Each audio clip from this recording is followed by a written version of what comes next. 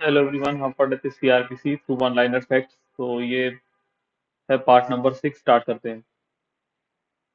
अब चार्ज के बारे में बात करते हैं। सेक्शन 211 से स्टार्ट होता है। तो चार्ज एक स्टेज है जहाँ पे क्या होता है कि ट्रायल स्टार्ट होता है, इंक्वायरी खत्म हो जाती है मतलब।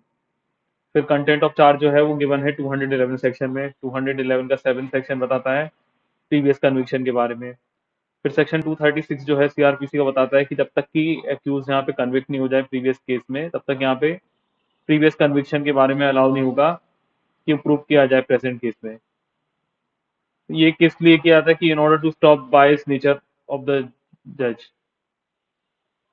जिससे क्या होता है कि जज यहाँ पे बायस ना हो जाए, तो उसके लिए क्या किया जाता है कि जब तक प्रीवियस कन्विक्शन तब तक प्रूव करने नहीं दी जाएगी जब तक यहाँ पे एक्यूज कन्विक्ट ना हो जाए दोबारा।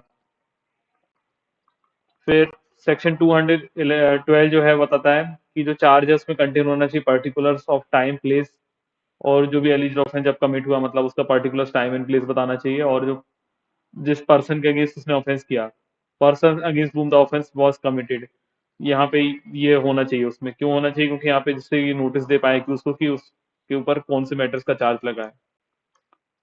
फिर सेक्शन 213 यहाँ पे बताता है कि manner of offence is to be stated in the charge in some cases. तो कुछ केसेस में यहाँ पे मैनर ऑफ चार्ज भी यहाँ पे बताना चाहिए कि किस तरीके से उसने किया। जैसे किसी के ऊपर चीटिंग करने का आरोप लगा, तो किस मैनर में उसने चीटिंग की है तो बताना पड़ेगा।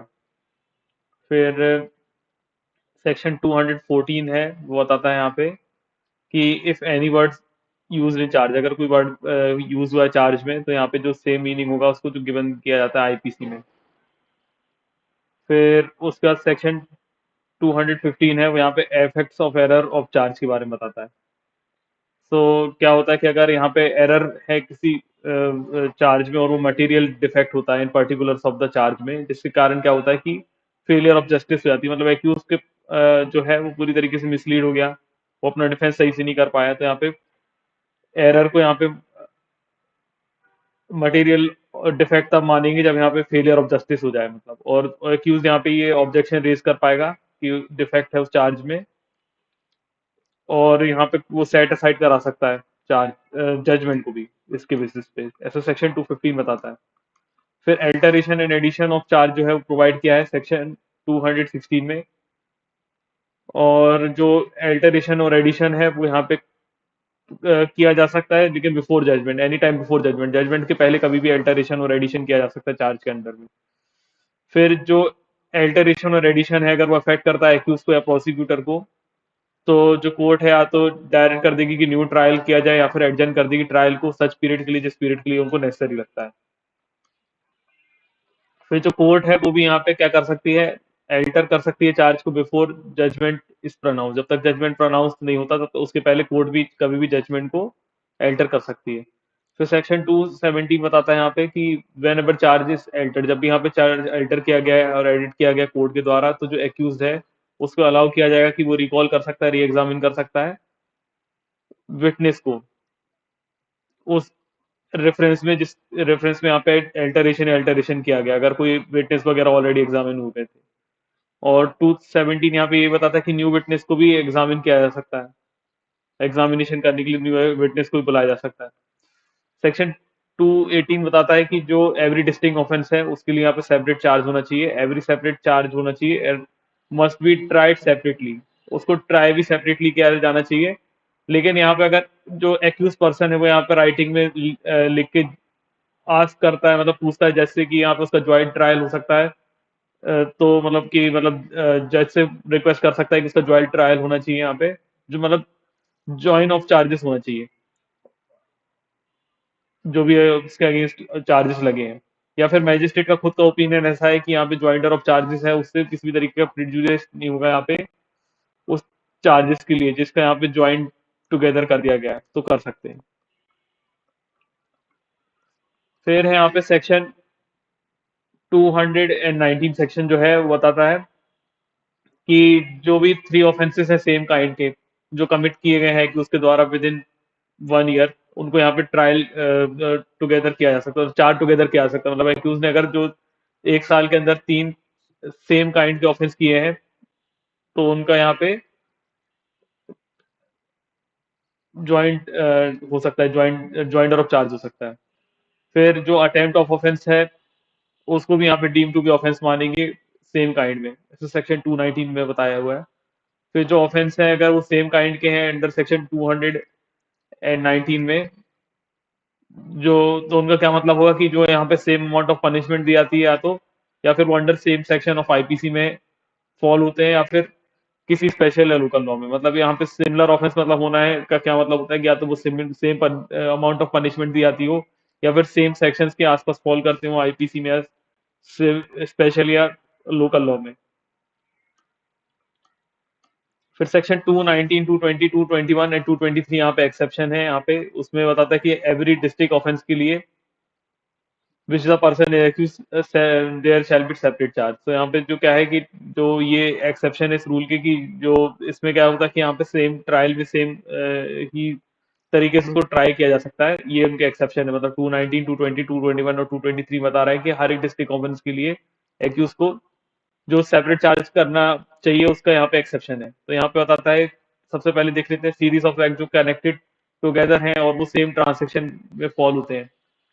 सो जो एक्यूज है उसको चार्ज किया जा सकता है एवरी सच ऑफेंस के लिए, ऐसा सेक्शन 220 का सबसेक्शन 1 बताता है।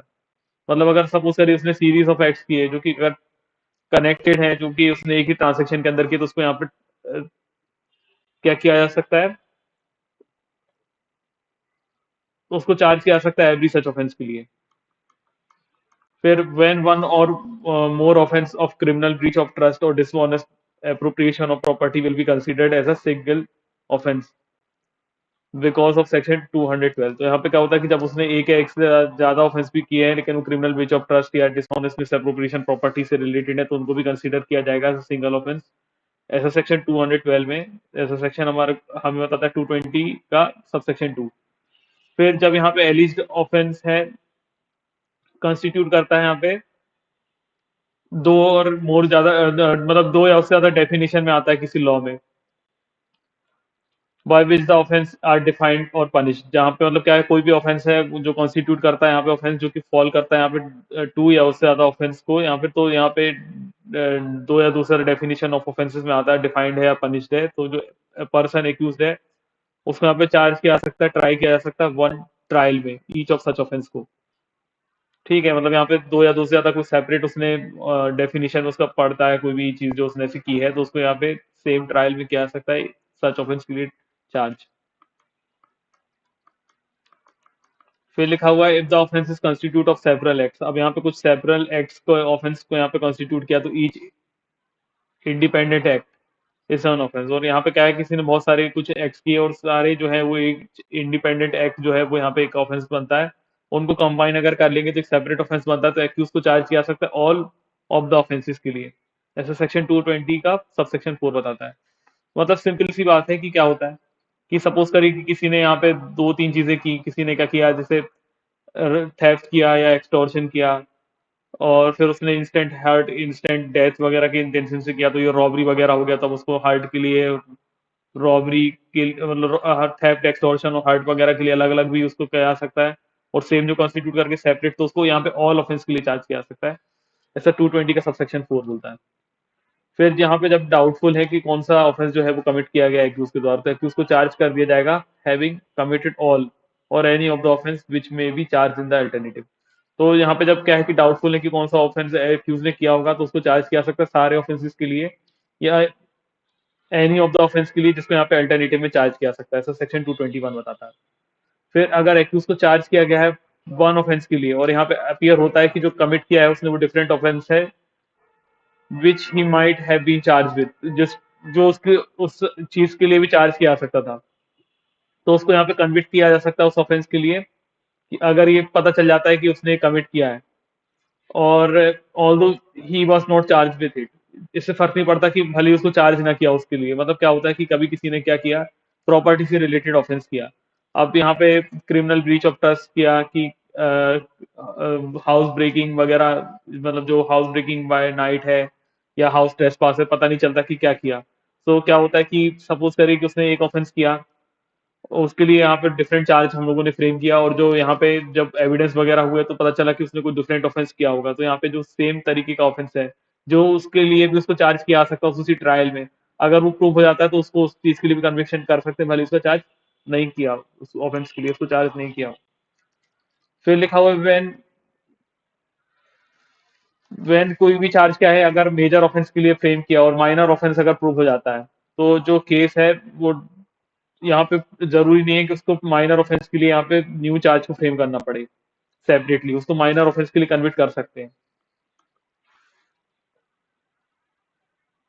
जैसे क्या हुआ कि किसी को रॉबरी के लिए चार्ज किया, रॉबरी तो प्रूफ नहीं हुई, लेकिन यहाँ पे एक्सटोर मतलब ये थेफ्ट वगैरह हो गया, तो उसके लिए जो माइनर ऑफेंस है उसकी पनिशमेंट उसको दे सकते हैं बिना दूसरा चार्ज बनाए लगाए उसके ऊपर मतलब।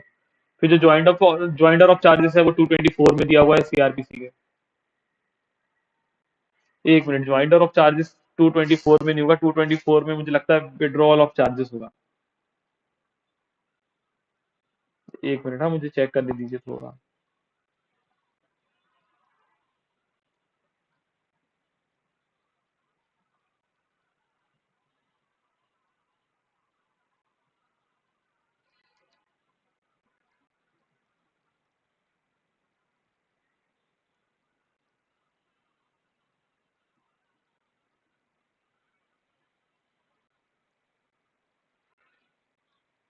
सो ये पॉइंट गलत है, यहाँ पे ज्वाइंटर of charges provided under section 224 नहीं है, यहाँ पे विड्रॉल ऑफ रिमेनिंग चार्ज होता है।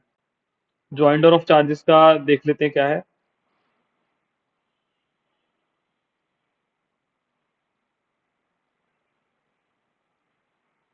223 रहेगा, इस पर आप याद रखिएगा। 224 में विड्रॉवल ऑफ रिमेनिंग चार्जेस होता है। तो जो पर्सन यहाँ पे एक्यूज है सेम ऑफेंस के लिए जो कमिट हुआ है सेम ट्रांजेक्शन, उनको यहाँ पे चार्ज किया जा सकता है टुगेदर। इस वाले बस को आप याद करिएगा, थोड़ा मिस्टेक है यहाँ पे, 224 नहीं आएगा इसका आंसर। तो जो भी पर्सन यहाँ पे एक्यूज है उसने यहाँ पे सेम ऑफेंस कमिट किया है अगर सेम ट्रांजेक्शन में, तो उसको यहाँ पे चार्ज किया जा सकता है टुगेदर, ऐसा सेक्शन 223 का ये बताता है।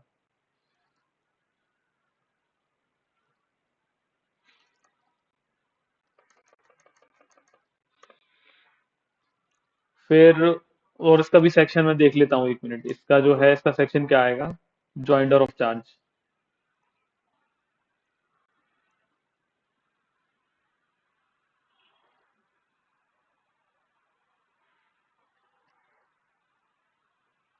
इसका यहाँ पे 223 कर लीजिएगा, 223 है ये, ठीक है।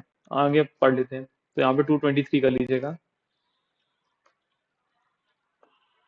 मिस टाइप हुआ है थोड़ा, टाइपिंग मिस्टेक है। फिर उसके बाद है person accused of an offence and the person accused of abetment और attempt to commit such offence में बी चार्ज टुगेदर। तो यहाँ पे क्या होता है कि जो भी पर्सन एक्यूज है किसी ऑफेंस के लिए और जो पर्सन ने यहाँ पे अबेटमेंट किया या अटेम्प्ट किया कमिट करने के लिए ऑफेंस, उसको भी चार्ज किया जा सकता है टुगेदर, ऐसा सेक्शन 223 का बी बताता है। फिर जो पर्सन एक्यूज है यहाँ पे डिफरेंस ऑफेंस कमिट हुआ है in the course of same transaction, तो उनको भी यहाँ पे सेम तरीके से ट्राई टुगेदर किया जा सकता है। मतलब सब पर्सन ने डिफरेंट डिफरेंट ऑफेंस किया लेकिन सेम ट्रांजेक्शन में किया है, तो उनको सबको एक साथ ट्रायल किया जा सकता है, चार्ज किया जा सकता है मतलब। सो 223 के डी में बताया हुआ है। फिर when the person of accused is accused of an offence which include theft extortion cheating, अब किसी ने थेफ्ट एक्सटॉर्शन चीटिंग वगैरह वाले ऑफेंस किए या क्रिमिनल मिस अप्रोप्रिएशन वगैरह किया, और जो रिटेन वगैरह किया उस प्रॉपर्टी का में भी चार्ज टुगेदर, तो यहाँ पे जो थेफ्ट एक्सटॉर्शन चीटिंग वगैरह हुआ और किसी पर्सन ने उसकी प्रॉपर्टी को रिटेन करके रखा, उन सब का यहाँ पे एक साथ ट्रायल हो सकता है, मतलब चार्ज करा जा सकता है टुगेदर। फिर withdrawal of the remaining charges on conviction on one of the several charges is provided under section 224, तो ये बिल्कुल सही है।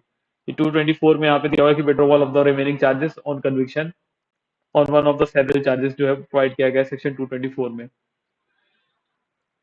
फिर जो कंप्लेनेंट है वो विद द कंसेंट और मतलब जो कंप्लेनेंट है अगर वो विड्रॉ करना चाहता है तो वो with the consent of court करेगा, या फिर जो कोर्ट है वो खुद के ओन मतलब खुद से अपने सीओ मोटो भी विड्रॉ कर सकती है चार्जेस अगेंस्ट एक्यूज, ये सेक्शन 224 बताया हुआ है।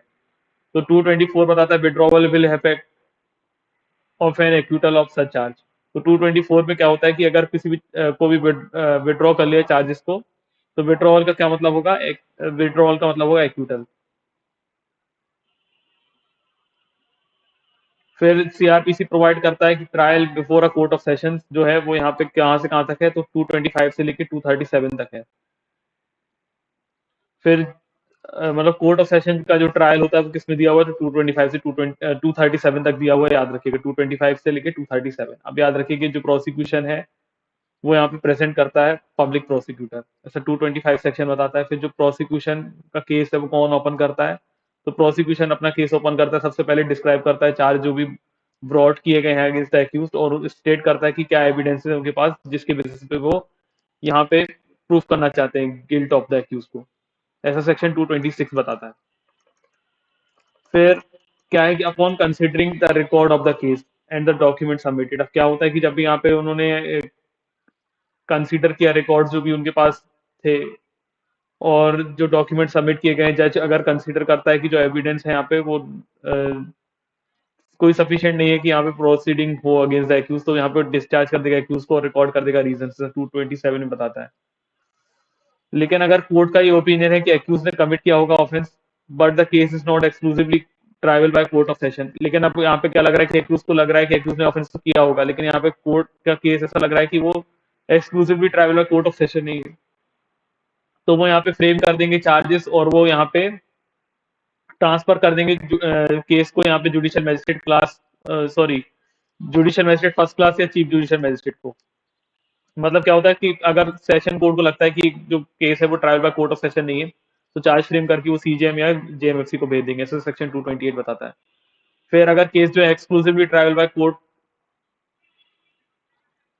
तो अगर क्या है कि कोर्ट जो केस है वो exclusive tribal by court of session होगा, तो एक्यूज को यहाँ पे कोर्ट क्या करेगी, आज करेगी कि whether accuse please plead guilty, कि एक्यूज अगर प्लीड गिल्टी करना चाहता है, और अगर एक्यूज प्लीड कर लेता है गिल्ट अपना, तो जज जो है वो रिकॉर्ड करके उसकी प्ली को कन्विट कर देगा उसको अंडर सेक्शन 229 में।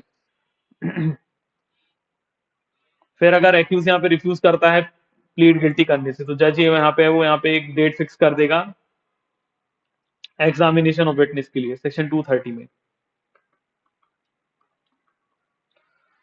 फिर सेक्शन 231 ऑफ सीआरपीसी है वो बताता है कि जो जज है वो प्रोसीड करेगा यहाँ पे ऑल एविडेंस जो भी प्रोड्यूस किए जाते हैं इन सपोर्ट ऑफ प्रोसिक्यूशन, मतलब प्रोसिक्यूशन के एविडेंसेस को वो लेगा। फिर सेक्शन 232 बताता है कि जो सेशन जज है वो ड्यूरिंग सेशन ट्रायल ऑर्डर कर सकता है एक्यूटल एक्यूज पर्सन को even before pronouncing judgment, judgment pronounce करने के पहले भी एक्यूटल का ऑर्डर पास कर सकता है। फिर लिखा हुआ है कि when the accuse is not acquitted, अब सपोज करिए कि अगर एक्यूज एक्विटेड नहीं हुआ सेक्शन 232 में, तो उसको यहाँ पे डिफेंस उसको यहाँ पे खुद को डिफेंस करने के लिए बोलेंगे कि आप डिफेंस करिए, मतलब एंटर इनटू डिफेंस हुई है आप अंडर सेक्शन 233 में। फिर 234 बताता है कि arguments involving summing up of the case by prosecutor in reply by the accused will be done under section 234। तो 234 में क्या होता है, आर्ग्यूमेंट होते हैं, सबसे पहले प्रोसिक्यूशन अपने केस को सम अप करेगा, फिर उसके बाद जो उसके खिलाफ जो ऑफेंसेस मतलब जो एलिगेशंस हैं उसके बाद एक्यूज उनका रिप्लाई करेगा। फिर जो कहर सिंह वर्सेस स्टेट का केस है इसमें आप बताया हुआ था कि जो ट्रायल है इन परसुएंस ऑफ नोटिफिकेशन जो जो सिटिंग हुई है यहाँ पे कोर्ट ऑफ सेशन की तिहाड़ जेल में, वो इलीगल नहीं थी, उसको इलीगल नहीं मानेंगे। फिर जो सेशन जज यहाँ पे है वो ट्राई कर रहा है किसी भी केस को मतलब सेशन जज जो है वो ट्राई कर सकता है केस जो कि पनिशेबल है यहाँ पे इम्प्रिजनमेंट फॉर लाइफ और डेथ पेनल्टी तक के केस यहाँ पे वो सुन सकता है, सुन सकते हैं मतलब। फिर जो प्रोविजंस है यहाँ पे जजमेंट ऑफ एक्यूटल और कन्विक्शन का वो प्रोवाइड किया गया है सेक्शन 235 ऑफ में सेशन ट्रायल का, मतलब सेशन ट्रायल का जजमेंट से रिलेटेड क्या होगा, मतलब एक्यूटल या कन्विक्शन का, तो वो 235 में है सेशन ट्रायल में। फिर जो conviction of plea of guilt होगा सेशन ट्रायल में वो प्रिस्क्राइब्ड है 229 में। फिर जो सेक्शन 236 है उसमें बताता है कि प्रीवियस कन्विक्शन जो है कि उसकी उसको यहाँ पे तब तक कंसिडरेशन में नहीं लिया जाएगा जज के द्वारा जब तक कि एक्यूज को कन्विक्ट ना कर दिया जाए अंडर सेक्शन 229 या 235 में। तो मतलब प्रीवियस कन्विक्शन के हम पहले देख चुके हैं कि प्रीवियस कन्विक्शन के बारे में जब भी एविडेंस देना होगा तो तब पहले कन्विक्शन इस केस में दोबारा से हो जाए उसके पहले प्रीवियस कन्विक्शन के एविडेंस लेंगे। फिर बताता है सेक्शन 237 की when the case is instituted under section 199 sub section 2, मतलब डिफेमेशन ऑफ प्रेसिडेंट गवर्नर वगैरह का जो केस है तो उनसे रिलेटेड ये था।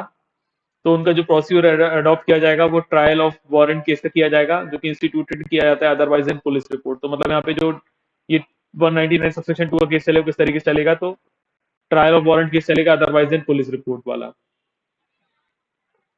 फिर जो जज का रोल होगा यहाँ पे वो इम्पार्शियल होगा और प्रोएक्टिव रोल करेगा, और यहाँ पे ये एक्सरसाइज करेंगे पावर जो कि उनको लगता है कि examination of true and re examination of material witness पे काम आएगा।